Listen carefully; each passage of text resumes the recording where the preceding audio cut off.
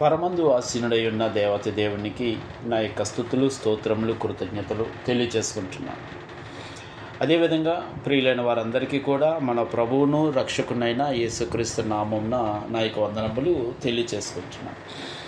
ప్రియులారా, మరొక చిన్న విషయాన్ని మీ అందరితో పాటు కూడా పంచుకోవడానికి మరలా ఈ విధంగా రావాల్సి వచ్చి ఉంది.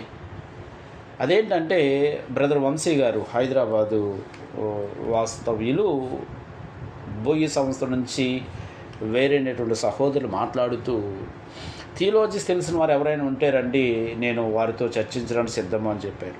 బ్రదర్ వంశీ గారు, నేను సిద్ధంగా ఉన్నాను. యేసుక్రీస్తు దేవుడా కాదా అనేది మరి లేఖనాల వెలుగులో మనం చర్చిద్దాం. దానికి మీరు సిద్ధమైతే రండి. ఇంకా రెండవ పాయింట్ ఏంటంటే, ఆయన వీడియోలో మాట్లాడుతూ యేసు దేవుడు కాదు, యేసు తండ్రి అంతటి సంపూర్ణుడు కాదు, తండ్రి అంతటి సంపూర్ణుడు కాదు అని అనేక మంది వాదిస్తున్నారు అని అంటున్నారు. యేసుక్రీస్తు దేవుడు కాదు అనేది వాస్తవం. యేసుక్రీస్తు తండ్రి అంతటి సంపూర్ణుడు కాదు అని ఎవరైనా వాదిస్తే అది యేసుక్రీస్తు యొక్క ఘనత తెలియని వారు మాట్లాడుతున్నారు అని అనుకోవాలి. ఎందుకంటే యేసుక్రీస్తు ఎంతటి సంపూర్ణుడో, ఎంతటి పరిపూర్ణుడో అది ఆయనను గూర్చి క్రొత్త నిబంధన చదివిన వారందరికీ కూడా తెలుస్తుంది. అది మనం ప్రత్యేకంగా చెప్పనవసరం. ఎందుకంటే తండ్రి అయిన దేవుడు ఎంతటి సంపూర్ణుడో, ఎంతటి పరిపూర్ణుడో, యేసుక్రీస్తు కూడా అదేవిధంగా అంతటి సంపూర్ణుడు, అంతటి పరిపూర్ణుడు.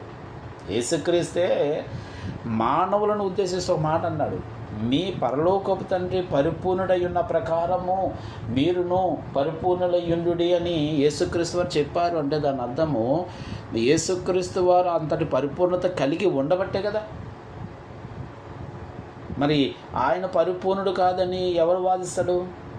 అలాగే ఎవడైనా వాదించి ఉంటే వానికి యేసుక్రీస్తు యొక్క ఔన్నత్యము తెలియదు.